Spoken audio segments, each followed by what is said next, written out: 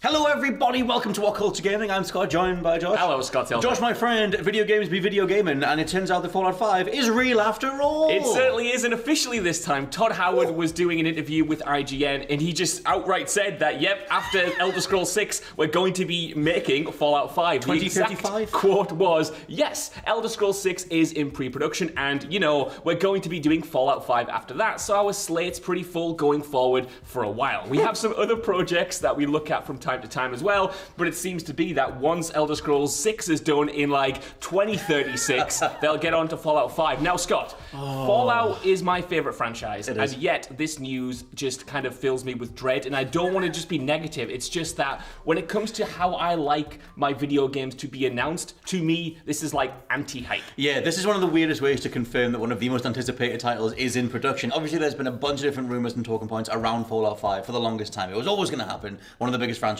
in gaming. But at the same time, this kind of backfired on them last time. They announced Elder Scrolls 6 with just a logo and the flyover of whatever that region was towards the north of Tamriel. And it was that whole thing of, you guys need more than this. And then I remember Todd Howard being interviewed after Elder Scrolls 6 was announced, and he was like, yeah, it's a ways off. Don't get your hopes up. It's going to be way in the future. And obviously now there's still Starfield to get out the way or whatever first, and then do all of Elder Scrolls, that entire marketing cycle, everything to do with that game.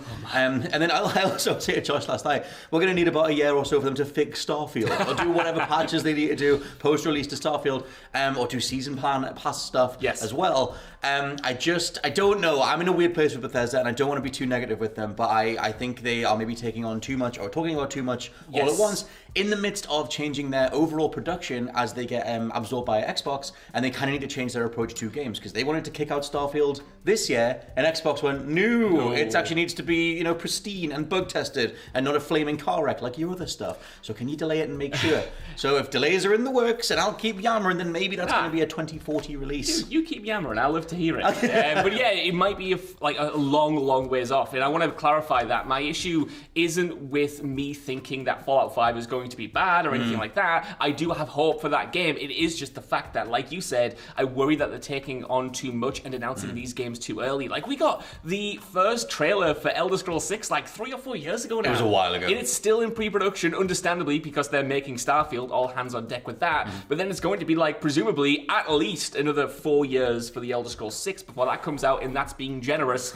And then presumably another 4 or 5 years on top of that for Fallout 5. Like, I'm genuinely worried I might be dead before Fallout 5 comes out. And it's like, again, I have hope for it when it does release. It's just like, don't announce it now and kind of keep stringing players along, because I don't think that's worked at all for Elder Scrolls 6. And if anything, to me, it's them learning the wrong lesson from Fallout 4, which, whatever you say about that game's quality, I thought it was very exciting that they kept their cards close to their chest for so long, and then were like, Fallout 4 is real, it's out in 6 months. Like, that seemed to be like a cool cycle, and they've now started to do the opposite of that, to just go, yeah, Fallout 5 is real, yeah, it'll come out. I don't know if it was at like, some point. if they need to get some sort of goodwill back, because, like, for me, like I said, I'm in a weird place with Bethesda. I adore Skyrim. I think it's one of the best games of all time. It was the last time a Bethesda game truly wowed me, because I wasn't blown away by Fallout 4. I thought Fallout 76 was an abomination, and I've kind of just looked at that team, and I used to love their sort of, small team aesthetic, their sort of small team mentality, scrappy little Bethesda, doing what they can. You put up with the bugs,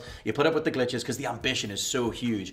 And it's one of those things where I think as time's gone on, those the bugs and the glitches and the things that you excuse have become less okay overall. And we're at this weird space now where they don't come across like a confident studio. I'm sure they are behind the scenes, or you want to hope so. However, there was that report that just came out, I think it was from Kotaku. It was. Stating about the way that things are run, and this whole thing of the way that Todd Howard runs stuff, where he sort of dips in and poops all over a bunch of design ideas and then goes somewhere else and goes, we should focus on that. No, we should focus on that.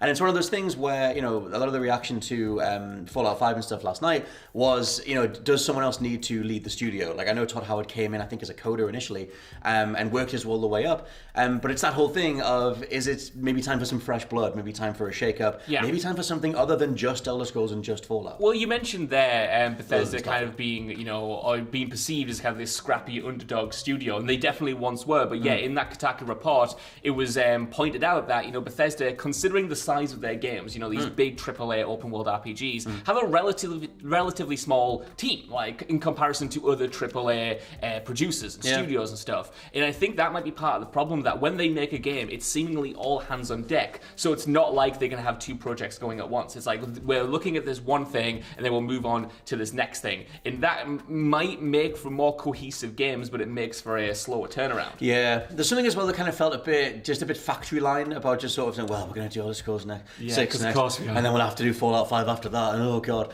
like it's that whole thing of, and I don't know if it's because of the general sort of overall energy online at the minute in regards to the video game industry and how sort of weirdly scattered a lot of this year has been, but someone almost inadvertently playing into that and just saying, well, of course that's what we're going to do next, because that's the next big bankable thing, and then we'll do the next big other bankable thing straight after that. And some people who are looking for more variety in the top tier of development is kind of just not wanting to know all that stuff immediately, not want to know that the foregone conclusion, the bankable safe thing is coming down the line. Like, they used to be Bethesda. It was a huge deal when they talked about anything, and then this came out and people just went, yeah, all right. I think you're onto something there. We did a podcast recently on whether video game hype is dead in comparison to how it used to be. And I look at the announcement for Skyrim, for Fallout 4, and look at the announcement of Fallout 5 and even Elder Scrolls 6, and there's such a huge disparity between them. It almost feels like these announcements are now more for shareholders than they are for fans or anyone, just to be like, look, have confidence in our company because we have this game coming that people are definitely going to like. My big question mark,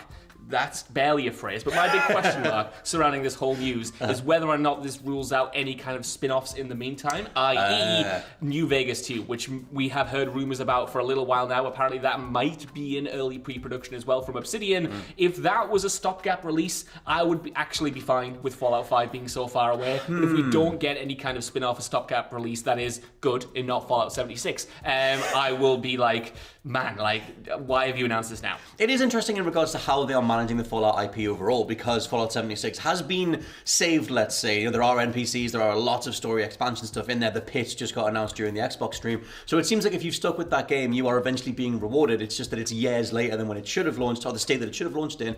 But I wonder if that's how they view keeping the Fallout IP active, and whether the player base for that game represents what an average Fallout audience should be, or whether it is worth doing something like a New Vegas 2. I think that would be the win. I think that would be the thing to do. I mean, for me, Outer Worlds, like the fundamentals of Outer Worlds, even the face animation when you zoom in and talk to someone looked better than what Starfield looks like. Oh, my friend! To me, I just think that game looked a lot more polished. Obviously, it's way smaller scope, but at the same time, I think that it was kind of Obsidian going, we can still do this. We can flex and still do this. We know what you want. Yeah, we know what you want, and we're going to give you one of them. And as much as that game was sort of hampered by its small scope and its weird storytelling and whatever, there was a lot of promise in that game. And I wonder, now that they're all under the same Xbox banner, you just give them the Fallout IP again. Did you just go, do whatever you want? It's going to be like 15 years until Fallout 5. Literally, something like that. Don't verbalize it, You'll be married with kids, Josh Brown, before you play Fallout 5. And I think that... Might be divorced with kids.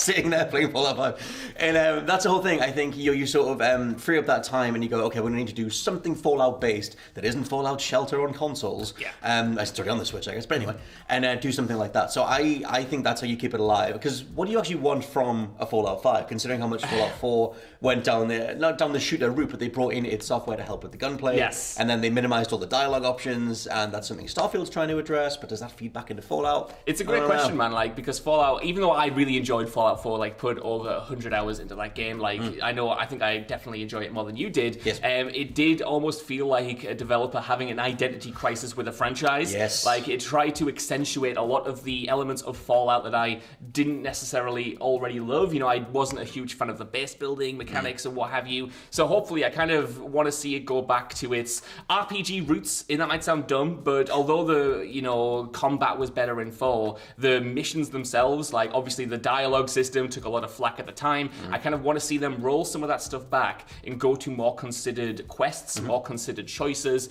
and actually make you feel like you have more agency in the world and not just give you a choice of, well, you gotta commit genocide to 2 factions if you want to get an ending. So I don't know what else we got for you, hey? The whole thing, it's weird in retrospect, because obviously it's been 7 years since Fallout 4 now, but at the same time, when you look back at it, at the time, I hated all now you're in the power armor, we're going to start you in what's ostensibly a walking turret sequence, and we're going to do this stripped down dialogue system, the sarcasm button, you never knew what that was going to be, and that whole idea, the whole fact that there were fan mods in the first week of release restoring the dialogue options so that you knew what to say. At the same time, I think try and think of it from Bethesda's point of view, and they're like, okay, we have this huge IP, everyone knows what power armor looks like, we've become this iconic, recognizable thing, Pip-Boy's out there, we should do something that gets bigger and brings everybody in. Yeah. And that was kind of their reach. Now, I don't think they nailed it. I thought Fallout 4 was disappointing and whatever, but I wonder if that is the same ethos, or do they just admit defeat, quote unquote? It's true, but I think that because Fallout 4 still sold like incredibly well, they won't learn those lessons, because why would you look at something that sold really well and was still, well received? Yes, it might not have had the longevity of a Fallout 3 or a New Vegas, certainly not a New Vegas, but it was still well received at the time. It's like 80 or Metacritic, whatever, 85, maybe even higher. But yeah, I think that you mentioned something really interesting there, that, they have all this iconography, and to me, in a lot of ways, like, Bethesda's Fallout is mostly iconography now. It's like, well, we need to have the Brotherhood of Steel in there because the power armor is iconic. We need to have this thing, Pip-Boys, vaults, whatever, but you're not doing necessarily anything interesting with them. And it's in contrast to New Vegas, which was like, right, we've established this world, but let's move it forward. Let's do something else with it. Let's evolve it. Let's bring in new factions. Let's look at the old factions that we have in new ways. And it was still Fallout, but it was moving somewhere. Whereas, for as much as I love Fallout 4, it's kind of like, he's the Fallout theme park ride, and that's fun. But the thing is, I want something more complex. No, I remember thinking that with Fallout 4, because it's always indicative of any studio that acquires a signature IP. Like obviously Black Isle Studios were the original Fallout owners, and they had a version of Fallout 3 they were going to do, Van Buren or whatever, before Bethesda came in and did their version of Fallout 3. But it is that sort of, I remember thinking that with Fallout 4. I was like, okay, you guys nailed Fallout 3. You sort of brought it into the new world as 2008 was, and you sort of, in terms of how do you then go forward, it must be hard having those design meetings, because it's like, well, we can't get too far away from what was like the tome that we inherited decrees, because we can't get too far away from that. Whereas, like you said, like you can applaud Obsidian for finding a way to make a new location iconic and make a new game feel identifiable and signature. I would hope that Bethesda do something more like that. Yeah, that's kind of what I see with the Fallout 76 expansion, The Pit, as well. It's like, hey, you remember that Fallout 3 DLC that you like, that iconic location? We're bringing that back. It's like, right, we're going to rely on stuff that we've done before. And like I said, I just want to see them push it forward. That also said, if we have to wait 15 years for Fallout 5, I absolutely would take a remastered Fallout 3 in New Vegas collection. Hey, you're not wrong. I mean, considering how much work they've done over on Xbox to upscale, I think everything that Bethesda is under the Bethesda umbrella now, I don't think Fallout 3 and New Vegas have been upscaled, and Fallout 4 has. Whatever, you can play various old school Fallout games on Bethesda IP better than ever, but they could do more with that. They could do a lot more with it. That's the whole thing. It's like, how do you take care of the Fallout IP and make it Bethesda's own in whatever direction they were attempting with Fallout 4, whilst making sure you don't pee off the millions of people who came in on Fallout 1 and 2, or even like the feel of Fallout 3. Let us know what you think down in the comments below of a Fallout 5. What do you want from the game? What do you think Bethesda will do with it? And what predict a year that you think it'll come in? I'm going to go with 2045. I'm going to go with, that is outrageous. Don't even It's Bethesda! I'm going to go with 2033 at an optimistic guess. We'll be flying. But anyway, by then, whatever I usually say, let us know down in the comments below. I've been Scott from WhatCulture.com. I've been Josh from WhatCulture.com. And we'll catch you next time. Bye-bye. It's 9 a.m. It's 9 a.m. Goodbye. We're just innocent men. 9 a.m.